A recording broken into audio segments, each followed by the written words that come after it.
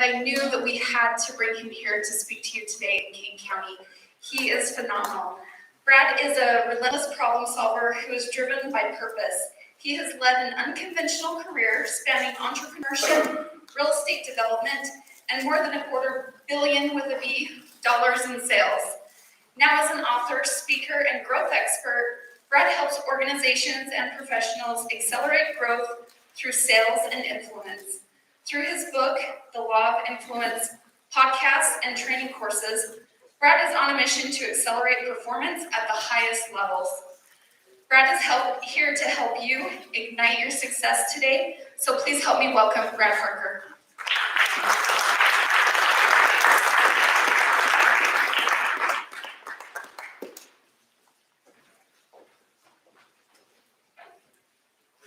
Well, it's very good to be with you. Thank you. And if I get low blood sugar, I'm going to have somebody toss up some, what do you got there? Piece of chicken option. Really is an honor to be here. And it's so much fun to sit down and start talking about the theme of this and just some of the needs of the area, right? I mean, we were just talking up here a minute ago. This is a globally recognized destination.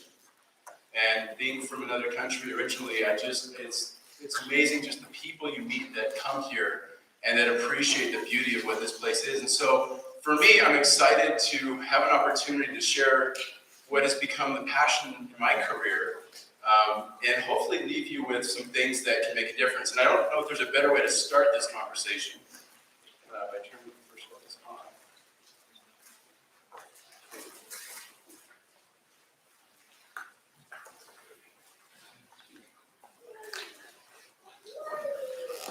Just nail this at the beginning here. There we go.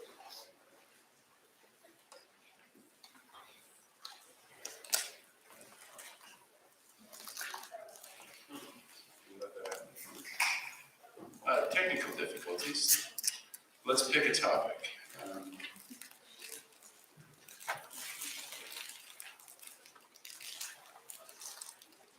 Come back up here, we're going to start over. There we go. Good, can you see that? Okay, perfect example. Everyone has a plan until they get punched in the face, right? So I don't want to spend a lot of time talking about the pandemic and the challenges that we're all experiencing, but the reality is we live in a very dichotomous time. It's amazing, the growth on a level that we can't even fathom, that is just incredible, but at the same time, our businesses are being impacted, and we're experiencing things that we never thought we would experience. And that's really where I want to start, is just what is that like when you feel like you're getting punched in the face, and when you feel like what you've built and what you've come to know as your business, your approach, everything is maybe it's not working the way it used to, where it's being threatened. And so I want to share with you a question, and I think the best way to facilitate growth, I don't want to stand up here and just lecture you on some things I've learned in my life. I want this to be impactful. And I think the best way to do that is to anchor it to something that matters to each of you. And it can be daunting to try and share something that hits everybody, but you all have a reason for being here. You all have a reason for the businesses that brought you here. And that's the question I want to start with. So what are the challenges that you're experiencing right now? What are the things that you're facing right now that you feel are either the biggest threats to your sustainability or perhaps your growth? Think for a minute, what are some of those things that are keeping you up at night? Anyone willing to share an example? What's your most vexing business problem right now? Please. Okay. Tell me about your business. What do you do? We run operations for a guy in the bike shop. Okay. Okay, so like 2 years ago, you couldn't find a mountain bike or a dirt bike or anything with a motor, right? So for you, it's just keeping up. You have to scale and grow to keep up with the demand. Okay, it's a great example. Anyone else? Yes? Finding housing for employees. Okay, so you're growing and now you're going to figure out where to put the people that are coming into the business. Tell me about your business. So I'm an investment management society. Okay. So we attract new employees from all over the country. Okay. Right now, there's very little housing available. Okay, interesting.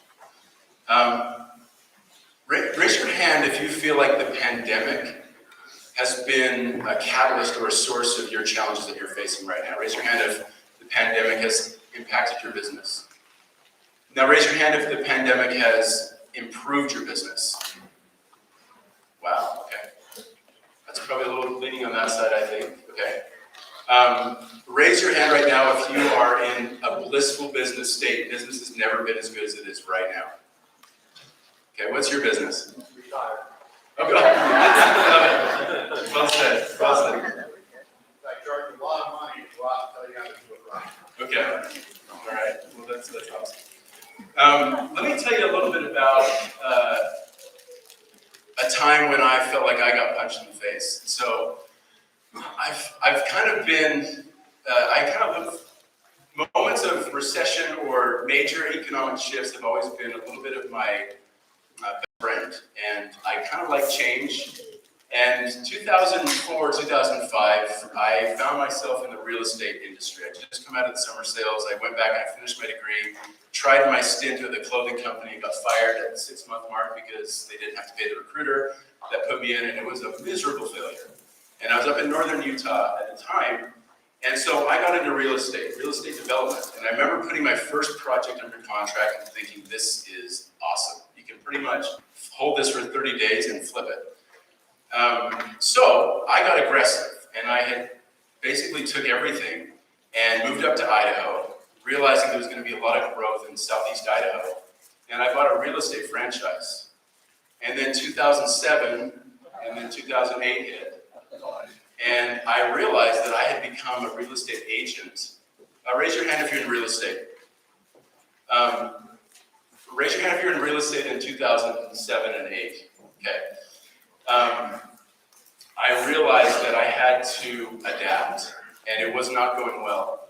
In fact, in late 2008, I found myself working for a company I used to own, selling door-to-door alarms again in Buffalo, New York, in Phoenix, Arizona, and then driving home just to keep food on the table. And I remember being up to my eyeballs in debt, no income, in southeast Idaho. And I remember watching this plane fly in and land, a private plane fly in and land into Idaho Falls. And I said, that guy's still doing well. I want to meet him. And so as you do, as you put it out there in the ether, eventually I had an opportunity to meet this guy. It happened to be on his plane.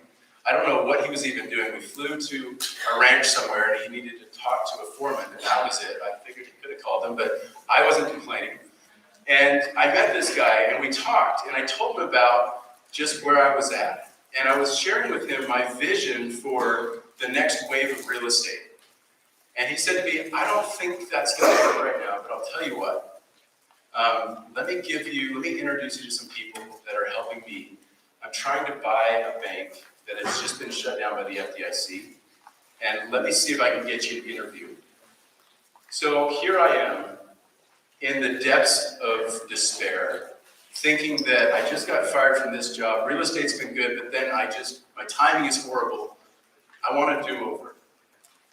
So now I'm going to pause there. I'm not going to finish that story yet. And I'm going to share with you a few things that I've learned, and then I'll come back and I'll close that out. Because in the process of failure, in the process of grinding and realizing that it doesn't matter how hard you try, you just can't seem to get traction, amazing things can be taught and learned in the process if you don't give up. What I learned is that the economy wasn't stopped. For me it was.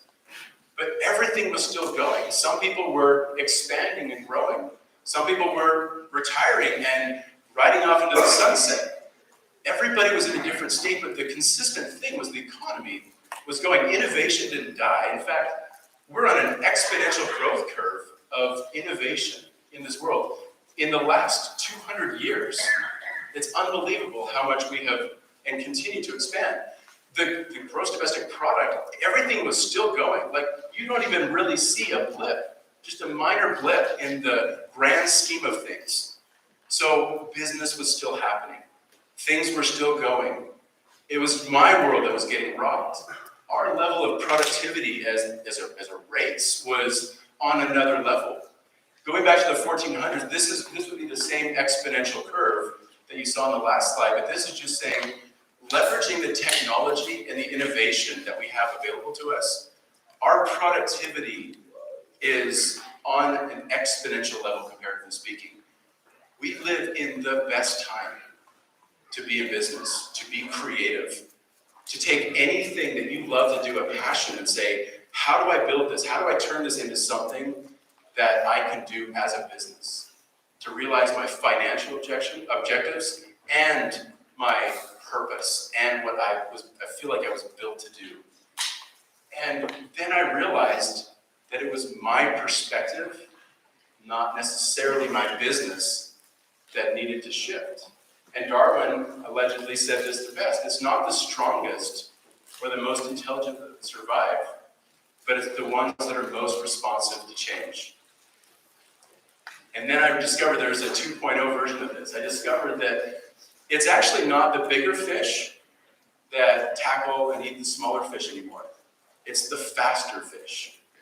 The faster fish are the ones that are eating the slower fish, because it's actually not about the size of the fish anymore. It's about the motion of the ocean. It's about the trends. It's about what's happening. And I thought about this, and I remembered that when I was in real estate, I was another agent in a saturated market in 2008. And I had a huge uphill battle to figure out the edge, carve out any semblance of a market share. But the moment that I found an opportunity to pivot, to adapt, and to find myself in the right flow, all the rules changed. And I was able to become relevant and successful in spite of very limited experience. And that was the key for me. I realized just how important that was. But what happens is the solutions, they don't live in the directions, they live in the questions. I think so often we get stuck in this myopic state where I'm like, okay, I'm getting crushed right now, and I don't know what to do about it. And we adapt. But Tony Robbins complements this quote very well. It says, successful people ask better questions. And those questions lead to better results. So it's not in our strategy, it's not in what we know or do or what's happening around us. The truth, the opportunity lives in the questions we ask. And when you ask great questions, you discover things like your purpose. When you really get down to the core of why am I not growing? Why am I not happy? There's got to be more to this than what I'm experiencing. You dig deep and you ask questions like, well, what do I want to do? What should my business be doing right now? What do my customers love about the experience that they have? Why am I having a hard time staffing my business right now? Why is that business doing well and why am I not doing well right now? What can I learn? The questions are the magic.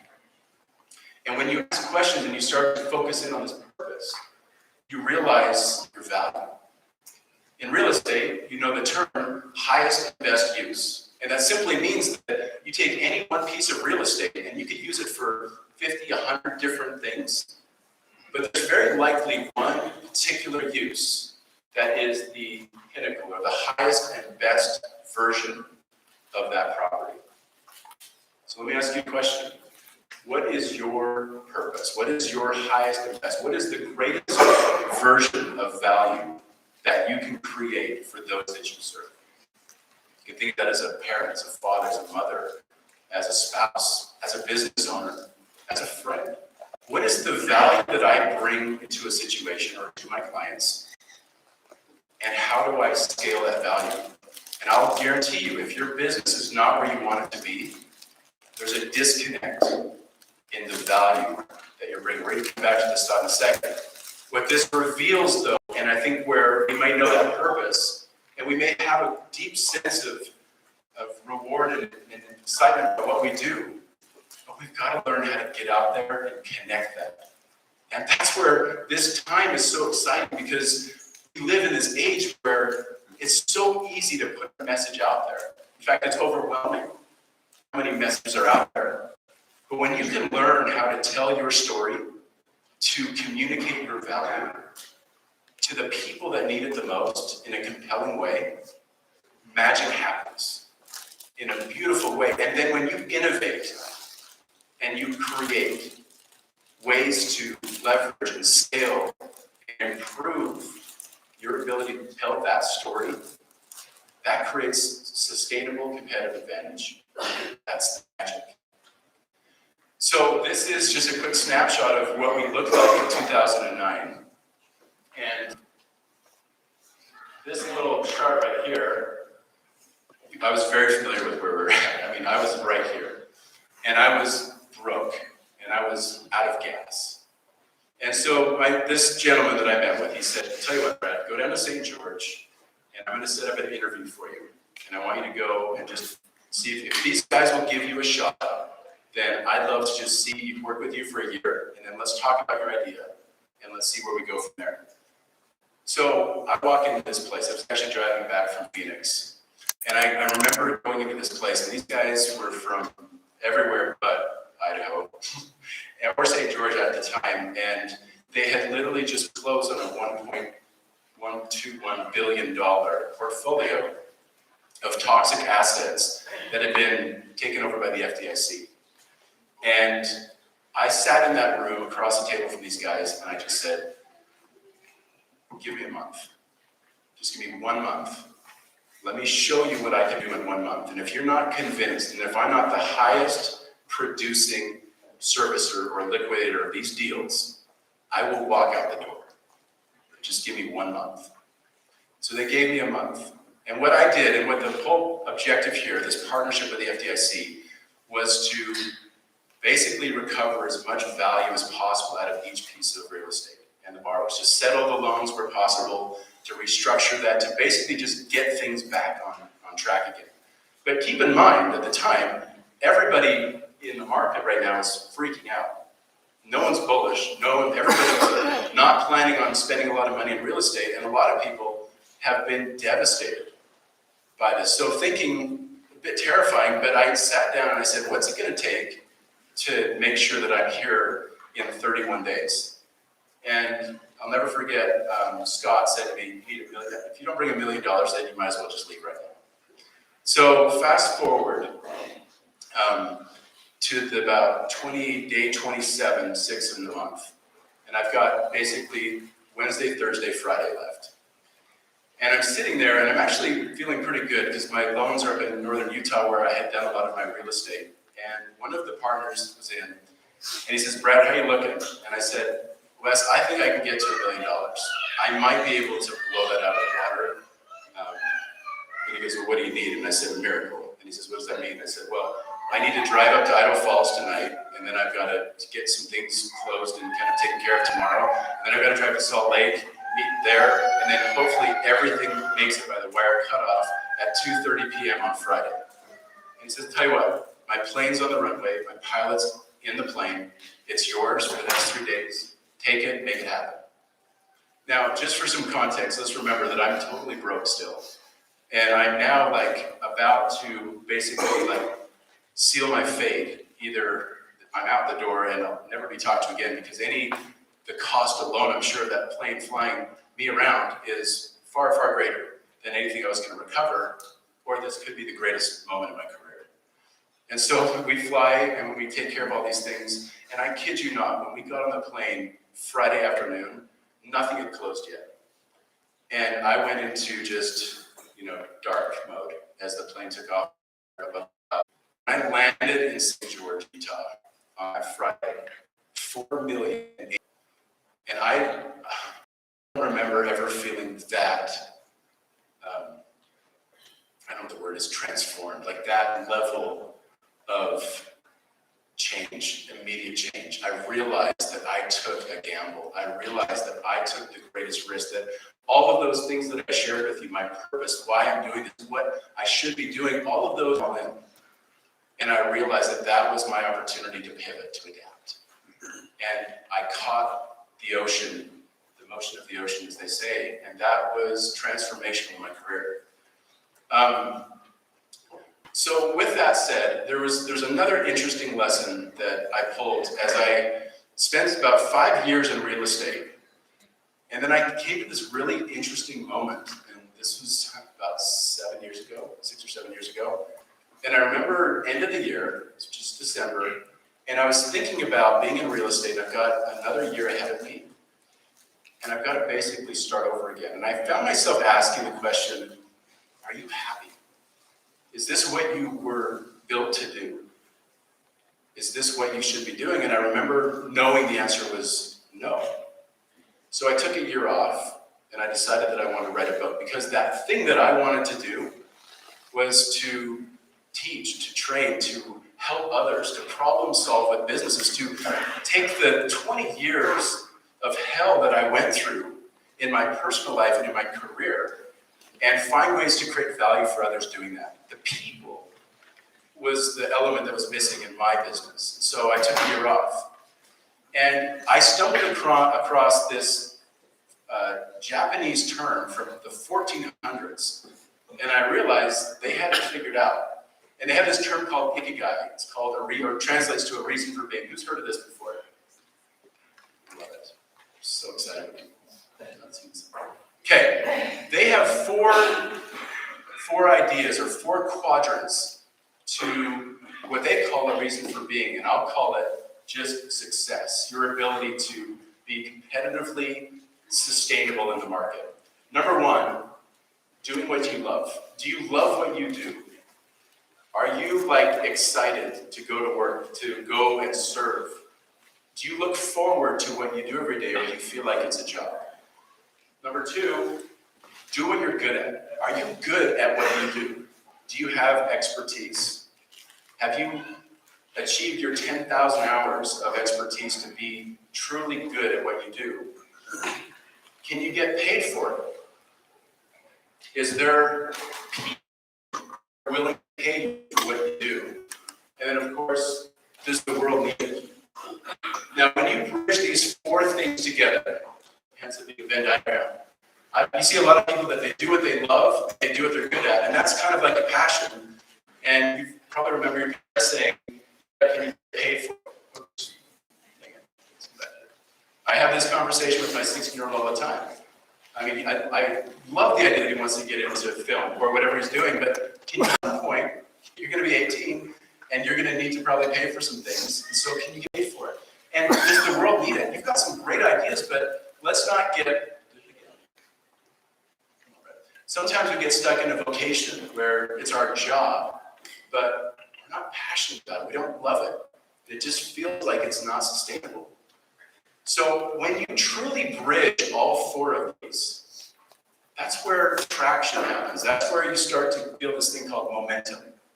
Who feels like they can check those boxes off at a pretty good level right now in their business?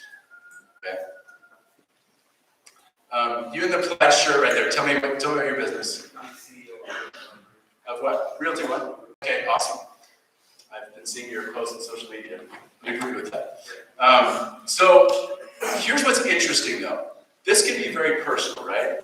If you're not feeling a sense of fulfillment in your life, there's a good chance that maybe you're noticing one of these boxes is off. But as I started to do a lot of work with startups and entrepreneurs and growing businesses, I discovered that there was a similar four metrics that great companies embody. And so I added those to this. The first one was purpose. We talked about this. Every great business has a defined purpose. They know why they exist. You see it in their mission statement. You see it in the culture. You just kind of know that they believe in what they do. They have domain expertise. When you're a venture capitalist and you're looking to invest in a group, what you're looking for are founders that not necessarily have a lot of experience in entrepreneurship, but they know their business well. They know exactly what they're doing, and they're good at it, naturally good at it. They've spent the time. Is there a business model that's sustainable? A great example of this, Pets.com, going way back in time, they were trying to become the pet supplier online. And their model was, we're going to basically sell our products for a third of the cost we paid to get them, just to kind of break into the market and establish ourselves. We're going to spend $1 million on a Super Bowl ad, and we're going to just blitz this. And eventually, we're going to have enough momentum that they'll start paying the full price. Well, that never happened. the business model needs to be sustainable. And when the market shifts, how does your business model shift with it? Are you still profitable? Are you still sustainable as a business? And of course, the most important question for any startup is validation. Does the world need what you have? Have you truly gone out and validated your business? A great example of this is take Blockbuster Video. They were wildly successful. Who remembers renting a video at Blockbuster Video on a Friday night? Who remembers being upset that the 20 versions of the new release were all gone? And then you went and you looked at that like return bucket to see if somebody just dropped it off.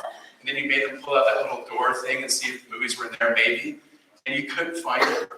And so you found that movie you'd seen a million times because there's only one left of all the old movies. Like, crazy time, right? And you'd spend an hour doing that whole thing. And maybe or maybe didn't get the movie you wanted to watch in the first place. That was our reality. And can you imagine when the idea of a Netflix comes along, being the executives of Blockbuster and saying, so you're saying that people can stay home, they can sit on the couch, they can pick up a remote, or it can show up, a movie can show up in the mail for you, first of all, or you can literally just sit there on your couch and watch it on your TV, and then that's it. And they didn't see it. They couldn't imagine that actually being the way of the future, what the customers actually wanted. And so they turned down an offer or an opportunity to buy Netflix for $50 million. And it wasn't until they tried themselves later and then ultimately went bankrupt. And they missed the window. And they missed the window because they lost touch with what their customers were wanting, were asking for. So validation never stops, but the market also never stops shifting either. And so what I've learned with this model, what I shared with you, is you always ask yourself these 4 questions. Am I still good at what I do? Am I still relevant? Can I still be as valuable as I once was? Does the world still need what I do? Is there still a passion in me? Do I still love what I'm doing? Because that's important. And can we get paid for this? Does our business model still work? So I would challenge you to do a quick review of these questions and ask yourself if you can still check off these boxes. And where's the trends shifting? What's changing? What's evolving? What's happened in the years that have followed the real estate, and then I spent about 5.5 years with a software company in northern Utah, or in St. George. And today, companies hire my team to come in and tackle these challenges, to solve growth challenges, to come in and say, we're stuck, or we need to launch, we need to go to market, and we need some help. And so about 4 or 5 months ago, I was in, was anyone at the RISE Summit in St. George? Okay. I shared this, maybe this is probably why I'm here today, right? And I shared this, and what I tried to do is I tried to sit down and say, what is it that every business could identify with in terms of the journey to growth? And I felt like this, I'm going to run through this really quickly and share with you. What's interesting about growth is it's kind of like math. I hated math in high school because it felt like you learned something and then be like, okay, but that's no longer true. This is not true. And it was just difficult for me to feel like I could really grasp that. But what I've come to learn is that there are systems and there are processes that if we rely on and we implement, they will serve us and will be sustainable. And every entrepreneur goes through this ascent of ambition, where you have that idea, you have that moment where you're like, this is it. I cannot sleep. I'm so excited. This is the business. And then you go through this stage of validation, making sure, would you pay for this? Is there a business model even here? And then every founder gets to a point where they say, am I a solopreneur or am I a business? And if I'm a business, I have got to figure out how to hand this off to a team that can run it for me, where I'm going to exhaust myself or run myself into the ground, where this is just this is what it is. And I call that the founder's plunge, because every founder has to have that conversation, and they've got to at some point embrace the reality that if I really want to grow, I need leverage. And that leverage comes from being able to simplify your business to the point that you can teach it to somebody else. Happens to be a beautiful exercise to learn how to sell it to your customers. And that's where the hard part starts, because not every founder is maybe sales-minded, naturally comfortable with what it takes to get out there in the market and sell a product. You may be wildly passionate about it, but you may not understand how to build the systems that allow that business to scale and grow, to be able to plug people in, and you see it grow beyond your capacity. That's every entrepreneur's dream, right? Is to be able to have true freedom. That's why we did it in the first place. But yet we so often become mired and constrained by our own businesses that we maybe forgot why we did it in the first place, or found ourselves in a very different place than we hoped to be. That's where we come in. And that's what I do is to sit down and say, what are the tenets of growth for you? What is it about your business that is sustainable? If you can sell it once, we can help you scale, because it's replicating what works. It's a function of the value that we bring and offer. And so as we do that, we go through this process of building that and establishing traction. Traction when you do the same things in the same way and it continues to yield fruit every time. And you realize, wow, this is something that works. How do I build this? And what's interesting though is we find a lot of companies that feel like they found the traction and they become almost a victim of their own success. And they don't realize that there might be more out there. Go back to those charts that I was showing you. The world is going at an exponential pace of growth. And is it leaving us behind? Are we really at the level that we want to be? And that's different for everybody. But you got to have that question inside saying, is this what I want? And if you're not getting what you want, I can promise you this, there is a way to get it. It's a function of the questions you ask. So as you're thinking now, and we kind of talked about a number of examples of different ways, I'm very curious. I'd love to spend a minute in each of your minds right now and just to kind of think about what is it right now that you're recognizing, either in sustaining the exciting growth that you have, or perhaps how do I get myself on a different track right now?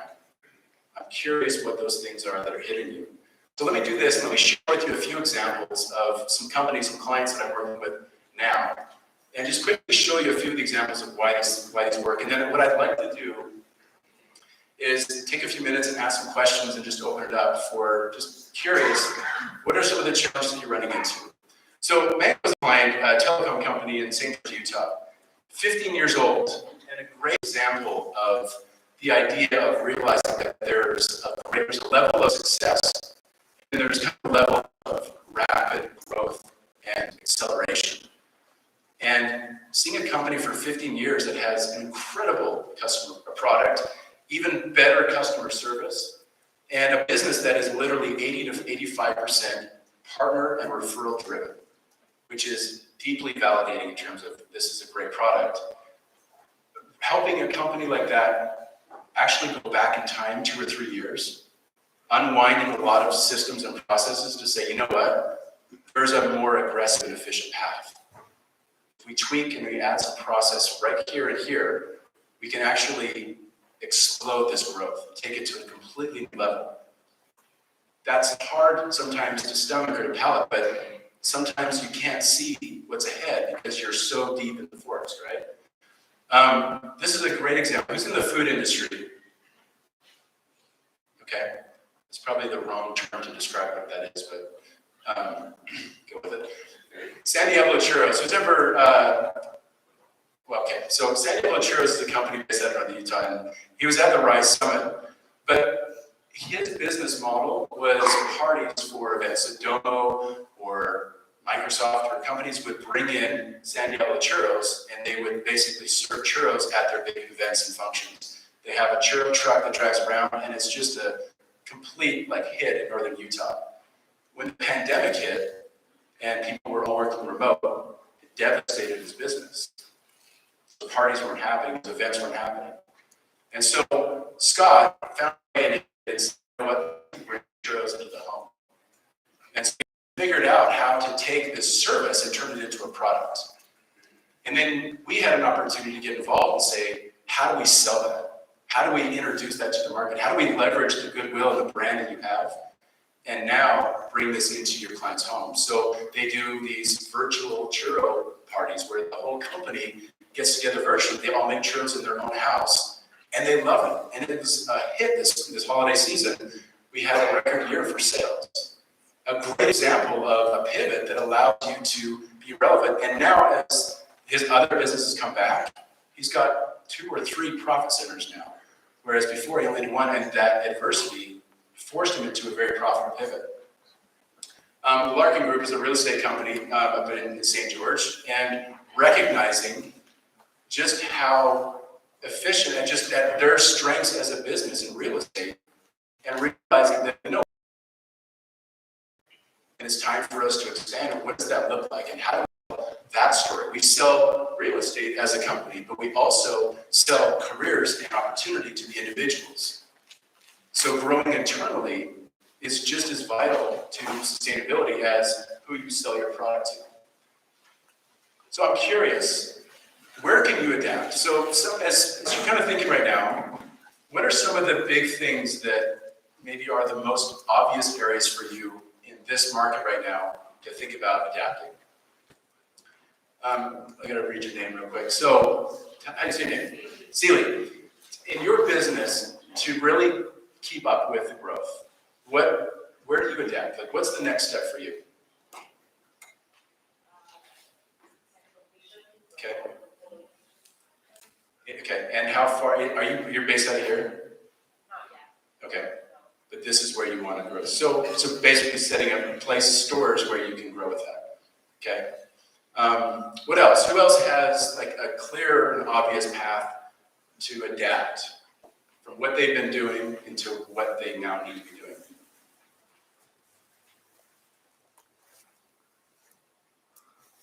Yeah. I had a restaurant, and then I also have a toddler. Sorry, everybody was for her today. And the restaurant was a lot for me, so I pivoted to catering only. And then that was still too much. So now I pivoted to just doing some consulting for other restaurants. Okay. And how do you, are you happy in that direction? That feels like the right direction? Awesome. Congratulations. Is that a pivot you saw a year ago or 2 years ago? No. No? See, the beautiful thing about reality and adversity is it often refines us into the best version of what we need to be. And I think another piece that's important to mention here is, as you look around this room right now, look at all the people in here. Every person in this room has unique experience, adversity, challenges, strengths and weaknesses. And I fear that we don't collaborate enough. See, collectively, you guys have incredible power. And so often as entrepreneurs, we become lone wolfers. We just try to do it ourselves. And sure, there's competition within the room, I'm sure. But the greatest things that I've accomplished in my life have come as I've reached out to collaborate with others. My dad was a dentist, still is a dentist in Canada, and he graduated with 5 other dentists that all were going to open practices in Calgary. They started a mastermind group of those 5 dentists, which would seem crazy if you're going to all compete against each other. But all 5 of those have successful practices that are in the top 0.01% of dentists in Canada, because they all as competitors. So my challenge is to come together. And I think that there's probably a lot of initiatives that you're aware of that in strengthening the numbers that you have together, you develop a unique ability to be powerful. You're stronger together. But take that further and take that into your businesses. Create mastermind groups where you can sit down together and say, we're here to grow, and I know you know something that I need to know. And leverage that and work together. It's powerful what happens. I want to leave you with this. I did a podcast about 4 years ago, and if you open your phone and you open your camera and you just scan that QR code. This will actually just take you into a download where you can download a guide of the top 12 episodes. So this right here is Paul Ulstrom. He's a really brilliant venture capitalist. Greg Warnock at Mercado Partners, and a number of familiar faces on a few of those. These are some of the most incredible and impressive entrepreneurs that I've ever met. And I had a chance to interview them on my podcast.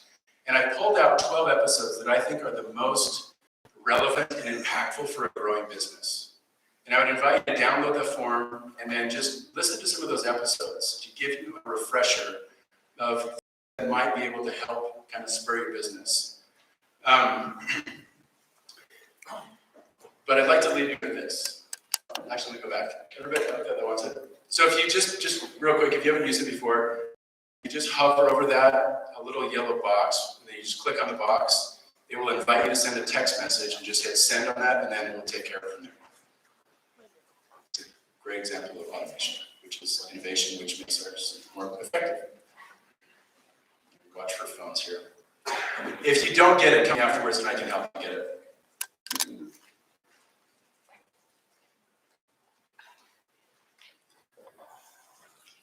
Okay, my final thought.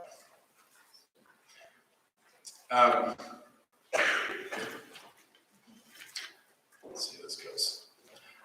Life is short. It happens fast, and I don't know, realizing just how fast it goes. I've got 4 kids, and it's going to be a blink of an eye, and they're going to all be out of my house. And what I don't ever want to do is look back and say, man, I laid up. I wish I would have done that. I wish I would have gone for it.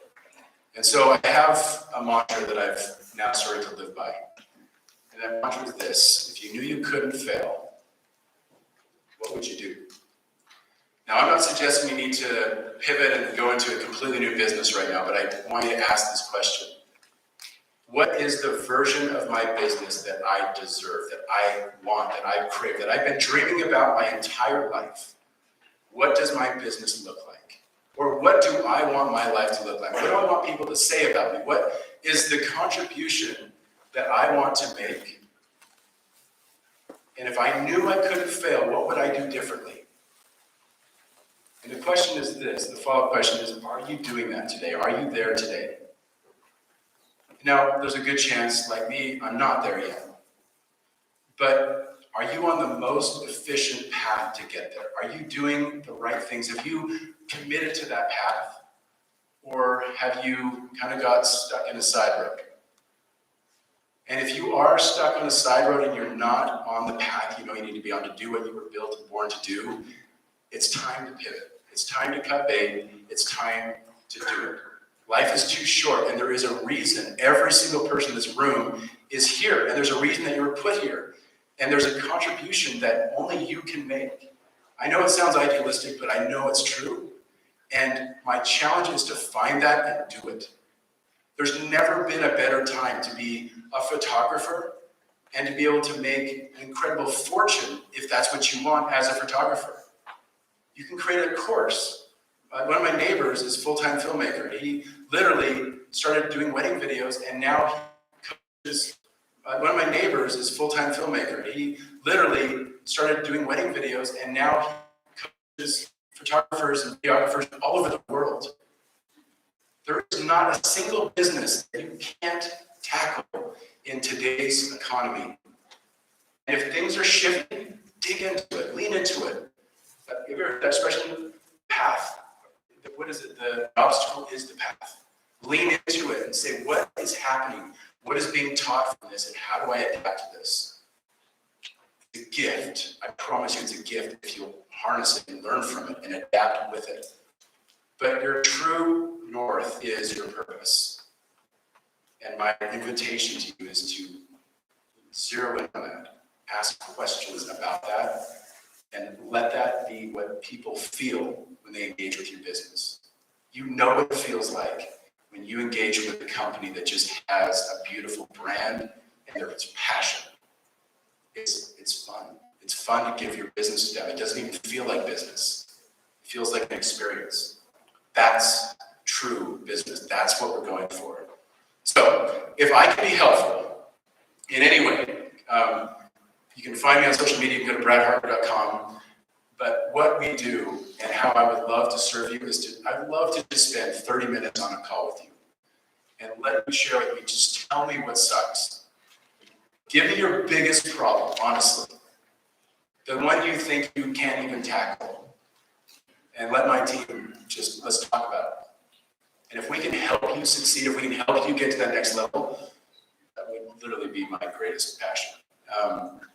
It has been an honor to be with you. Before we close, and I don't think we're at time, I'm going to stick around and hang out for a little bit. So if you have any questions, please come talk to me. But it's been an honor to be with you, and I invite you to come together and make this year the best year ever. Thank you.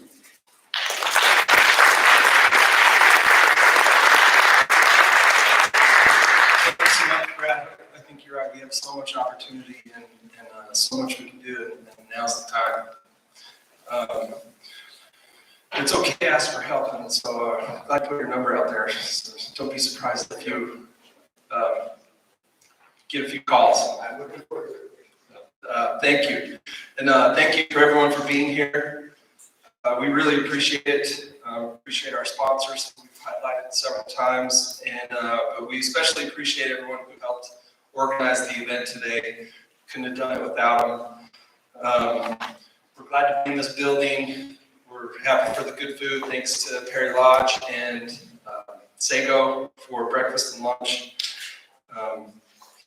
Thanks to Jake for filming this for future posterity, and especially thanks to the volunteers and the speakers. We really appreciate it. And the Event and Volunteer Center, the Kane County Office of Tourism, the Kanab Chamber, the Small Business the Small Business Development Center, the Business Resource Center, Economic Development Corporation of Utah, the World Trade Center, Southwest Tech. We really appreciate you being here.